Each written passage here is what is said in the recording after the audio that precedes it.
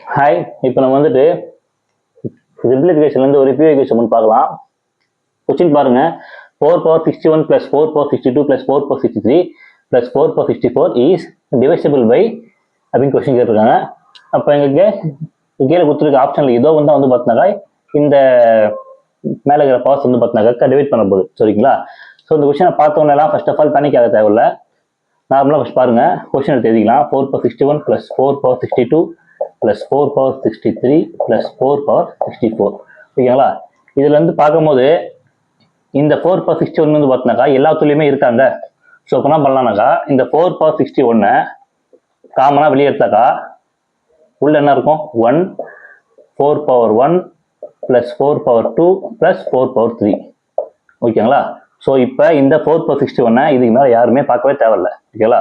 உள்ள இருக்கிறது மட்டுமே சால்வ் பண்ணால் போதும். ஓகேங்களா? ஸோ இப்போ 1 plus 4 plus 16 plus 64. ஓகேங்களா?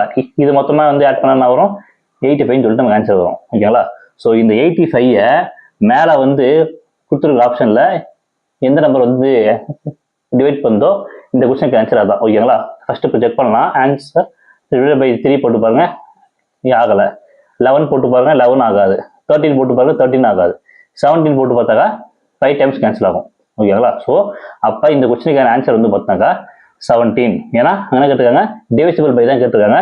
ஸோ 17 தான் வந்து பார்த்தினாக்கா இந்த 85 வந்து பார்த்தினா டிவைட் பண்ணுது. ஸோ இந்த கொஸ்டினுக்கு ஆன்சர் வந்து பார்த்தினாக்கா 17 தான். ஓகேங்களா?